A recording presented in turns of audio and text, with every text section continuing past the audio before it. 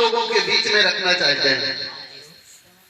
अभी आपने तमाम लोगों से सुना है कि तमाम महापुरुष हमारे जो पाखंड विरोधी थे, तमाम हमारे महापुरुष समता मूलक समाज बनाना चाहते थे। ऐसे में वो कर क्या रहे थे? इन लोगों ने क्या क्या बता दिया, इन लोगों ने गीत के माध्यम में क्या क्या बता दिया, तमाम ऐसी चीजों को आप लोगों को बीच में रखा है। मेरी माता बहनों से एवं भाइयों से निवेदन ये है कि कितनों भी अच्छी दवा हो, इन लोगों ने बता दिया, चाहे जो अच्छी बात, अगर उस पर गौर नहीं करेंगे तो आपको फायदा नहीं मिलेगा। आप बुखार की दवाई 1000 रुपए ले आओ और का सिर्फ तकिए के नीचे रख के सो, तो वो बुखार आपका हटने वाला नहीं है। और अगर आप 1 रुपए काम भी फिल्म लेके आयो और का खाना खाए बाद में खा लियो तो आपका कुछ ना कुछ आराम मिले।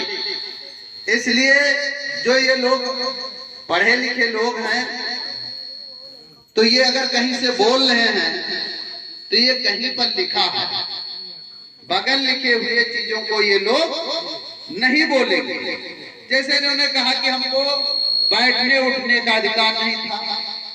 अब संविधान अंबेडकर साहब लिखे, इसको लागू होते होते बहुत दिनों तक लग गया। अभी भी पूर्ण रूप से संविधान हम लोगों के बीच में नहीं है।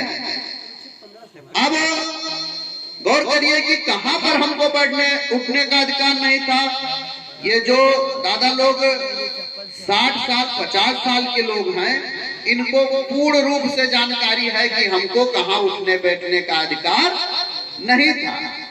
ये क्या करते थे कि इनके खेत में एक पेटुआ होता है जैसा सन कहा रहे, ये अपने ओका काट के ले जाते, तालाब में भिगोत रहे और वह नर्सरी जो घर में बुजुर्ग रहत रहा, क्या करते थे, नीचे बैठ जाते थे।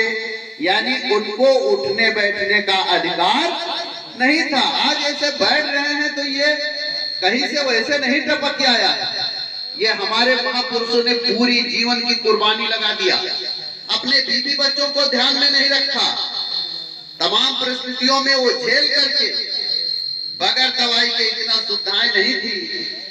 लेकिन हमारे समाज क्या हुआ कि हमारा समाज इन समाज में समता मूलक समाज बनाने के चक्कर में इस पृथ्वी पर काम करता रहा। लेकिन इसको इनाम क्या मिला? इनाम मिला कि तू नीच हो, सबसे गलत काम तू करत हो, ये लिए कुत्तों बिल्ली से तू गलत हो, ये लिए हमारे पास तो नहीं आ सकते। अब ऐसे देख लीजिए, जैसे आपके यहाँ नार काटने वाले धगरे रहती हैं, उसका नाम पहले चमाइन था। चमाइन क्यों लोग नाम रखे? क्योंकि जब भी बच्चा पैदा होता है तो माँ जो होती है दर्द से बेसुध रहती है, और चमाइन का क्या काम होता था कि वो नार काट करके उस लड़के को नहलाती थी, उसके माँ की भी देख रेख करती थी। तो उन्होंने कहा कि इस लड़के की तो मैं माँ हूं, लेकिन पहले आपने देख रेख किया। तो घर के लोगों ने कहा कि ये 2 दूना 4, हम तुमको चामाइन का नाम देते हैं, और उसका बड़ा आदर सम्मान किया। लोगों ने क्या किया, धीरे धीरे कहा ये तो समाज, आज क्या है, नार काटने का काम क्या है, डॉक्टर का तो काम है। आज आप प्लांट में जाते हैं तो वहां सभी जात की महिलाएं रहती हैं, वहां आपको एक चाय अगर कोई पिलाई दे तो कहो हमारे यहाँ किया थोक मत, हम बगल है हमारा वेटनरी हॉस्पिटल है बस वाला, और बगलिए महिला हॉस्पिटल है। तो वहां तमाम जातियां के लोग हैं। तो जो अगर 12 बजे बच्चा पैदा हुआ है, उनका अगर ड्यूटी खत्म होता है तो नार काटने के लिए झगड़ा होता है। अब आपसे 2000 रुपया लेती है, और वो आती थी जो सीधा दे देते थे, कुछ रुपया दे देते थे, तब भी तुम्हारा काम होता था। घर में सबसे अंदर वाली कमरे में आपकी पत्नी रहती थी, हमारी बहन बेटियां रहती थी, वहां जाकर सेवा करती थी, सभी बिरादरियों में वो सेवा करती थी। तब वो छूत नहीं थी। लेकिन जैसे बरही संस्कार होता रहा तो जिस महिला का उसने सेवा किया है उन्हें महिला धोती उघारत रही, उनसे कहते रही कि थोड़े उठा लेते हैं, कहते हैं धगरी काकी कहा दूरे दे दियो खनवा नहीं छुई जाए। ये हमारे समाज के लोगों को मिला, क्योंकि ये हमारा समाज भी उन्हीं देखे हुए बताए हुए मार्ग पर चलने लगा, उनको अधिकार नहीं दिया। अब सोनकर बिरादरी का नाम सुन लीजिए। सोनकर बिरादरी अपनी जान दांव पे लगा करके अगर आपका हाथ पैर टूट जाए तो आज डॉक्टर हर गली गली मिलते हैं, पहले जमाने में ऐसे नहीं थे। तो नहीं थे तो ये लोग क्या करते थे, आज भी जानवरों का तेल निकाल लेता है जो व्यक्ति, अब कहीं चोट लग जाए तो पहले से हाथ टूट जाता तो लकड़ी बांध देते रहे, फिर उसके बाद में नहीं सारे पहुंच जाते। अगर वो ऐसा काम किया तो वो फिर नीच हो गए। अब वही सूर का 12वां भगवान अगर जिन्होंने बना लिया तो वो ऊंच के पास पैसा चाहता। जिन्होंने सेवा किया, सेवा के बावजूद क्या मिला हम लोगों को? आज भी सब लोग कहते भैया तू पदरी बहाव सबसे ज्यादा पुण्य है, हाँ नहीं है? अब बताओ हमारा समाज भोला भाला सगर दिन काम करता है, काम करे बावजूद होगा 250-300 मिलत है। कहा कितना बड़ा पाप किया डारत कि एक पुण्य के चक्कर में परेशान किया।